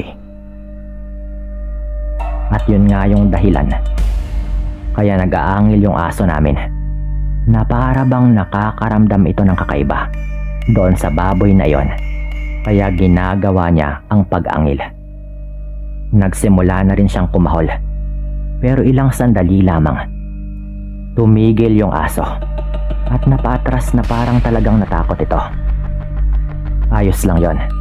Dahil kung wala siya, hindi ko na sana agad malalaman pa na nagbalik na naman yung baboy na yon. Kumuha ako agad ng itak. Lagi ko nga yung hinahasa para sa mga ganitong pagkakataon. Papunta yung hayop sa may likod ng bahay kung saan naroroon ang isa pang bintana ng kwarto namin. 2 kasi yung bintana at nasa may kanto ng bahay yung pwesto ng kwarto namin. Sana ay naiintindihan ninyo itong sinasabi ko. Dahan-dahan akong lumabas ng bahay. Dala-dala nga yung itak. Yung aso naman namin, hindi na talaga sumunod doon sa hayop. Parang natakot talaga na hindi ko maintindihan. Nag-aangil pa rin yon pero nasa malayo lang na ayaw talaga nitong lumapit o sumunod doon sa baboy. Nasa kabilang side na ako ng bahay noon. At yung tipong isang liko ko na lang ay nasa may likod na ako ng bahay kung saan alam ko na doon nga papunta yung hayop. Sobrang lapit na lang po nito, Sir Dan. Kaya alam kong wala akong dapat sayangin na oras dahil baka agad din ito akong maamoy o maramdaman. Nung marinig kong nandun na ito, dahil naririnig ko nga ang mga yabag ng paa, hindi na ako nag-alinlangan noon at lumabas ako agad at mabilisan kong tinaga ang hayop na iyon. Talagang pagkalabas ko po at nakita ko agad siya, wala na akong pakialam kung totoo bang aswang yon o hindi. Ang dami na ring mga pruweba na hindi talaga ordinaryo yung itim na baboy na yon. Sa unang taga ko, tinamaan ko agad yon sa likod. Buong lakas ko po yung tinaga. Kaya alam ko na malubhang tama agad yung aking nagawa. Tapos nasundan ko pa yon ng isa pa bago po yon nakatakbo. Tama kayo ng narinig. Malubha na dapat yun pero nagawa pa nitong tumakbo papunta doon sa may kakahuyan. Yun bang tipo na hindi mo talaga iisiping normal na baboy sa kung paano yun mabilis na nakatakbo sa kabila ng mga tinamong sugat? Ang alam ko lang, nagawa ko siyang sorpresahin at hindi niya agad nalaman na nandun ako nakabantay. Nung pumasok po sa kakahuyan yung hayop, tumigil ako sa paghabol. Alam kong pwede ko yung maabutan at masigurado na nga talaga na mapatay ko. Pero nag-alinlangan ako dahil magkakaanak na nga ako. Hindi ako pwedeng magpadalos-dalos sa mga desisyon ko. At baka ikapahama ko pa. Pinili kong maniguro at hindi ko na hinabol pa. Nagising noon sila nanay, pati na rin si Myla. Dahil naglikha rin yun ng ingay syempre. Inilawan namin doon sa labas. At nandun pa talaga yung naiwang dugo. May naiwan ding balahibo na parang medyo makapal pala sa normal na mga baboy. Yung balahibo ng nataga kong hayop na pinaghihinalaan nga naming aswang. Akala namin doon na magtatapos talaga, na baka hindi na bumalik dahil sa nagawa ko sa kanya, at yun na nga talaga ang katapusan ng kababalaghan. Nasabi kong baka hindi na bumalik dahil akala ko ay nakaligtas pa rin.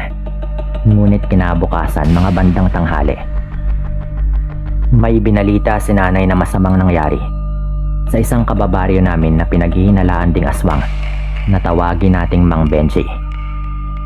Ang sabi ni nanay pagpasok niya ng bahay galing sa tindahan, meron akong nalamang balita, anak. Patay na raw si Benji, yung pinaghihinalaan ding aswang. Wika pa ng nanay ko sa akin. Ano? Bakit daw po, Nay? Tanong ko naman. Dahil daw sa malubhang tama ng pagtaga sa likod. Sabi pa ng nanay ko, alam na siguro ninyo ang ibig sabihin nun. Hanggang dito na lang at maraming salamat.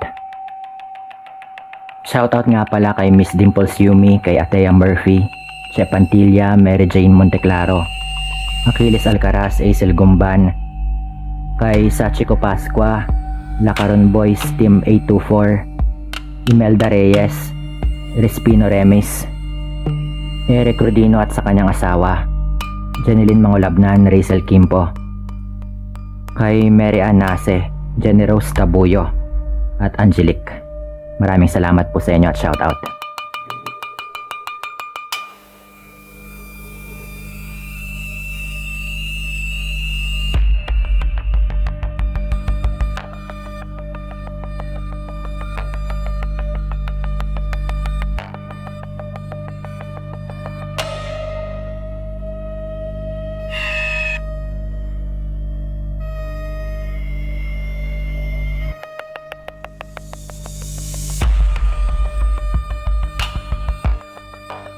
Binabati ko ang lahat ng isang magandang araw.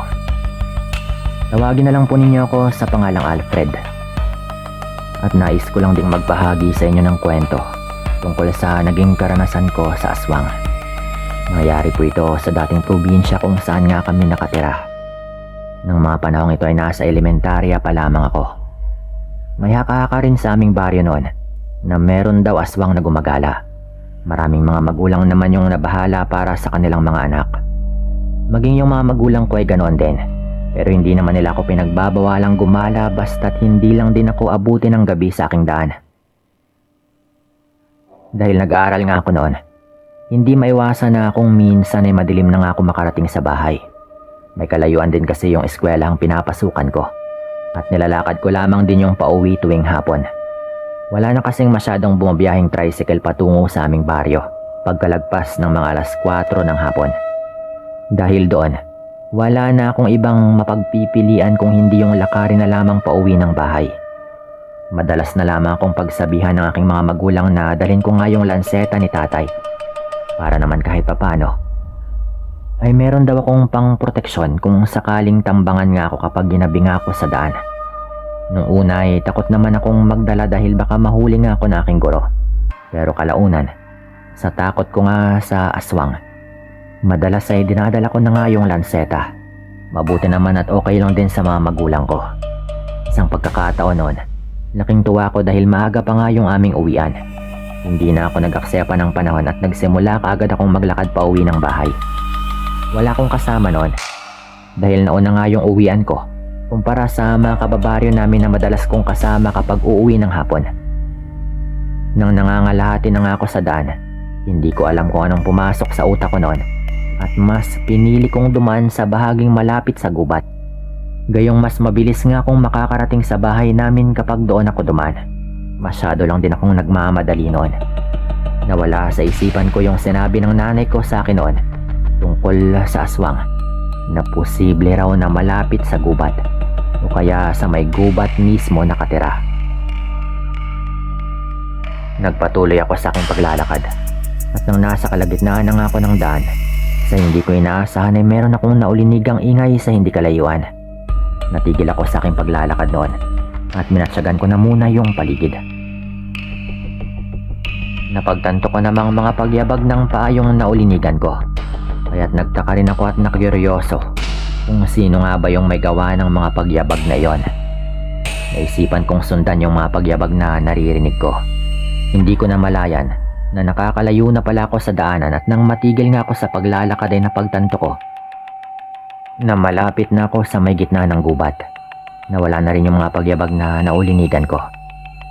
Kaya bahagya akong nakaramdam ng takot dahil sa isipin na baka mag-isa na lang din ako doon. Nagpasya nga akong bumalik na lamang sa daan para dumiretso na nga sa aking pag-uwi. Pero may natanaw akong maliit na kubo sa unahan. Hindi ko alam kung bagong tayo lang ba yun doon. Baka nung panahon ko lang na yun napansin.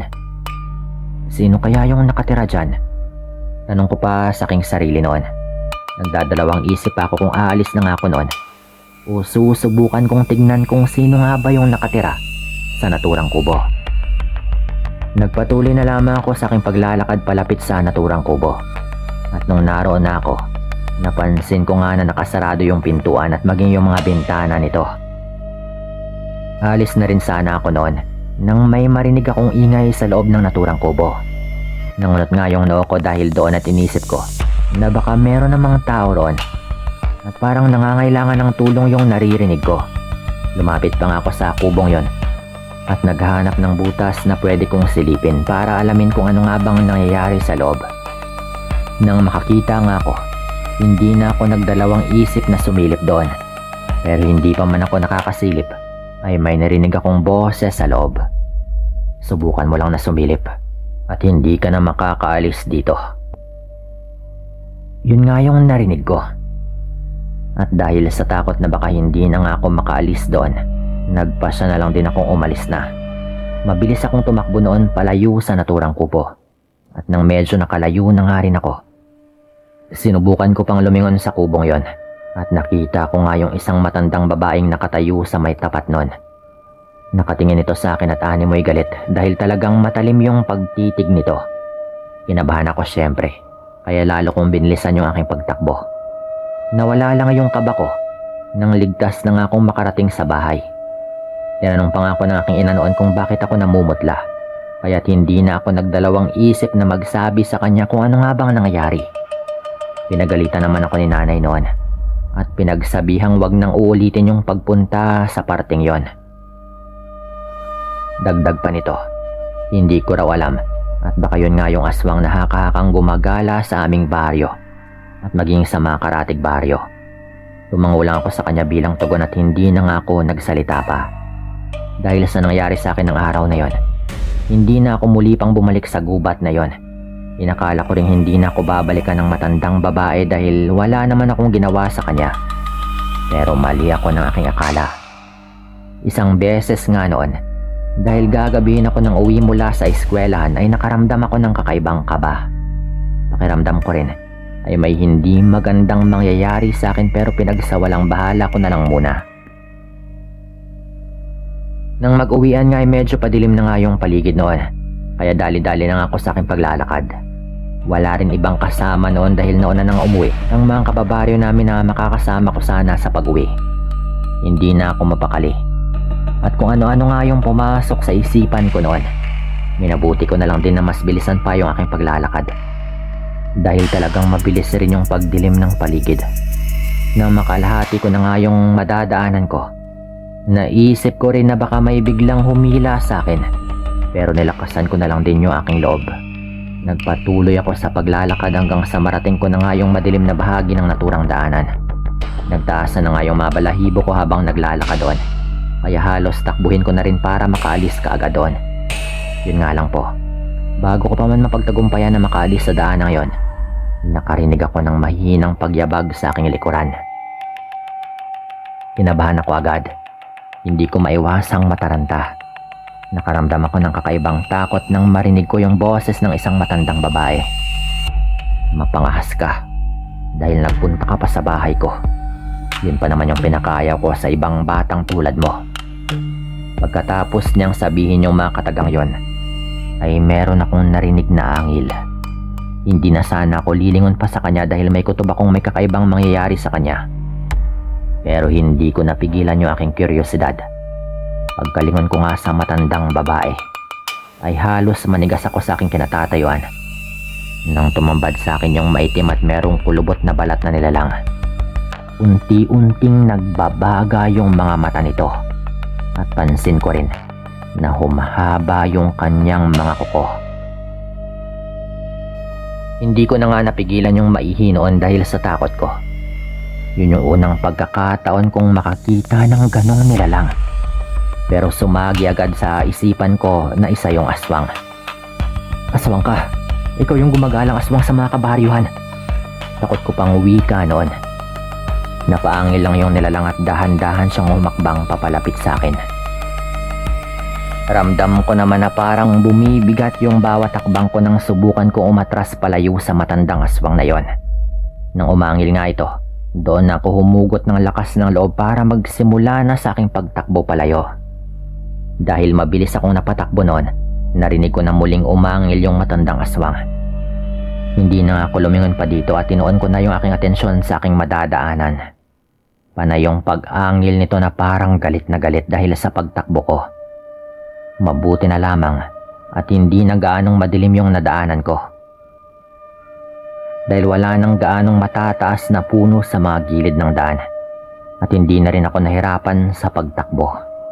Hindi ko alam kung anong gagawin ko noon pero tama nga yung sabi nila na kapag labis yung kabang nararamdaman mo ay hindi mo na rin mamamalaya na may mga bagay kang magagawa na hindi mo inakala. Nakarating ako sa bahay na hinahabol pa rin ng matandang aswang na yon. Mabuti na lamang at nakita ko ng aking ama. Sinalubong niya ako sa daanon lalo at sumisigaw na nga ako. Ganoon na lamang yung pagpapasalamat ko nang makaligtas ako sa matandang yon. Pero dahil nagalit rin yung tatay ko, gayong binalak nga ako nitong biktimahin. Kasama yung iba ko pang mga tsuhin, ay pinagsabihan nila akong ituro sa kanila kung saan nga ba yung bahay ng matandang aswang na yon. Na noon ay mabilis na nga ring lumayo nung papalapit na ako sa bahay. Sang-ayon naman po ako doon, kaya dala ang kanilang mga itak. Dinahak nga namin yung daanan pabalik doon sa bahay ng matandang aswang na yon. Nasa kalagitnaan nga kami ng aming paglalakad patungo roon nang may maulinigan kaming mga sigawan sa hindi kalayuan at kinutuban yung aking ama, maging yung mga tsuhin ko. Kaya minabuti na nga namin napuntahan kung saan nagmumula yung mga sigawang yon. Nang matunton nga namin, nagulantang kaming lahat nang makita yung dalawang taong tinambangan rin ng aswang. Batid namin yun nga yung matandang aswang na humabol rin sa akin. Kaya hindi nagdalawang isip yung aking ama at yung mga tsuhin ko na tulungan yung dalawang taong yon. Laking pasalamat din ng mga ito nang dumating kami dahil hindi nagawa ng matandang aswang ang kung anumang pakay nito sa kanila. Mabilis po kasi itong tumakbo papalayo. Nagpasalamat naman sa amin yung dalawang tao at saka sila umalis. Kami naman noon ay nagpatuloy sa paglalakad patungo pa rin doon sa bahay ng matandang aswang. Kailangang matigil na yung matandang yon sa kanyang ginagawa. Malaki na yung takot na dinudulot niya sa mga tao sa mga baryo. Wika pa nga ni tatay noon. Sumangayon naman sa kanya yung aking mga tsuhin. Kaya binilisan na lang din namin yung aming paglalakad. Nang malapit na kami sa bahay ng matanda at nasa may gubat na nga kami, nakarinig kami ng mabibilis na mapagyabag sa aming likuran. Batid namin yung matandang aswang yon. Kaya't naganda nga si natatay at yung mga tsuhin ko sa pag-atake nito. Hindi nga kami nagkamali dahil bigla na lamang tumalon sa harapan namin yung malaking aso noon. Aba, nagbago ka na naman ng anyo mo ah. Sabi pa nga ng tsuhin ko noon. Umangi lang yung malaking aso habang matalim na nakatitig sa amin. Binalaan naman siya ng aking ama na huwag tatangkaing puntiryahin ako, lalo at talagang sa akin yung matalim na pagtitig nito. Sabi pa ni tatay sila daw yung harapin nito. Muli namang umangil yung malaking asong yon at sa pagkakataong yon, halata na yung galit nito. Napangisi pa ito at pagkatapos ay bigla ang sumugod. Kanya-kanya naman ang handa yung aking ama at yung mga tsuhin ko sa paglapit ng matandang aswang. Inakala kong hindi matatamaan ng isa sa kanila yung aswang na yun dahil napakabilis po nitong kumilos. Pero nagawa itong mataga ng isa kong tsuhin sa isa nitong paa. Dahilan para mabuwal nga ito sa lupa dahil nawalan ito ng balanse. Hindi naman inaksaya ni natatay yung pagkakataon para sugurin yung malaking asong yon. Pero ganoon na lang yung gulat ko nang sunggaban sila nito. At nagawa pa nga po nitong kagatin yung isa sa aking mga tsuhin. Napahiyaw siya dahil bumaon nga yung matutulis na mga ngipin ng aswang na yun sa kanyang braso. Ibinalibag pa nga siya ng malaking asong yon dahilan para tumilapon siya sa malayo. Napamura nga yung aking ama at sinubukang sugurin yung malaking hayop na yon. Pero nagawa po nitong makaiwas. Napaatras yung ama ko noon nung biglang naglalaway na po yung aswang at mas lalong grabe na yung pag-angil nito. Pero nung muli siyang magawang tamaan ng isa sa aking mga tsuhin ng isang taga mula sa kanyang likuran, nagulat na lang po kami noon dahil yung kaninang napakabagsik na nilalang ay parang biglang nagbago. Umaangil po ito pero unti-unti nang humahakbang papatras. At nagulat na lang po kami noon na habang tumutuloy yung dugo nito sa kanyang sugat, ay umatras ito ng umatras hanggang sa nagkaroon siya ng pagkakataong tumakbo na nga palayo. Napamura na lamang yung dalawa kong tsuhin dahil sa mga nangyari. Ayaw rin kasi nilang magpadalos-dalos. Naatakihin na lang yun ng basta-basta. Nalalayan nga nila yung natumba kong tsuhin noon, na noon ay nasaktan din sa ginawa ng aswang sa kanya. Nagpatuloy pa kami sa bahay ng matandang babae noon dahil hindi pa nga kami nakakarating sa mismong bahay nito. At nang marating nga namin yon, hindi nagdalawang isip yung tatay ko na sunugin nga yung kanyang kubo. Ayon pa sa kanya, kung hindi man nila magawang mapaslang yung matandang aswang na yon, wala na rin po itong mauuwi ang bahay. Pagkatapos namin doon ay umuwi naman kami agad sa aming bahay. Minabuti namin ipagabot na lamang yung isa kong tsuhin sa albularyo para masigurado yung kaligtasan nito. At simula nga po noon, tuwing alam nilang gagabihin ako ng uwi, ay sinasalubong na lamang ako nila tatay sa aking daan. Hindi ko na rin naman nakita pang muli yung matandang babaeng yon. Simula nang masunog nga yung bahay nito, wala na rin kaming naririnig na mga kwento tungkol sa engkwentro sa isang aswang. Marahil ay umalis na rin po yun sa aming baryo. Hindi kami sigurado, pero malamang ay lumipat na yon upang sa ibang baryo naman mang biktima na sana'y hindi naman niya mapagtagumpayan. Wala na kaming naging balita sa kanya pagkatapos nun. Yun na rin po yung huling pagkakataong makita namin yung pagmumukha nito. At dito ko na rin tatapusin yung kwento ko. Maraming salamat po.